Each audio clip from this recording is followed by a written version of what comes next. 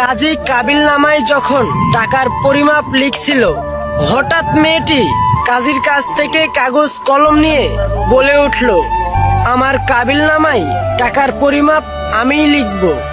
আমি যা লিখব আমাকে তাই দিতে হবে।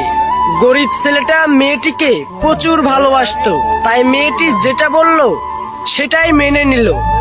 আর দরদ ভরা কণ্ঠে বলে উঠল, এমন কিছু লিখো না যা দেওয়ার স্বার্থ আমার নেই। আমি গরিব হতে পারি, কিন্তু তোমাকে কখনোই ছেড়ে যাব না।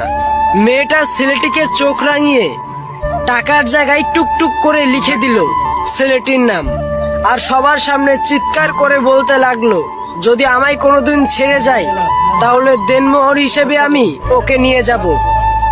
আজ কান খুলে শুনে রাখুন সবাই, প্রতিটি স্বামী স্ত্রীর সম্পর্ক বেঁচে থাকে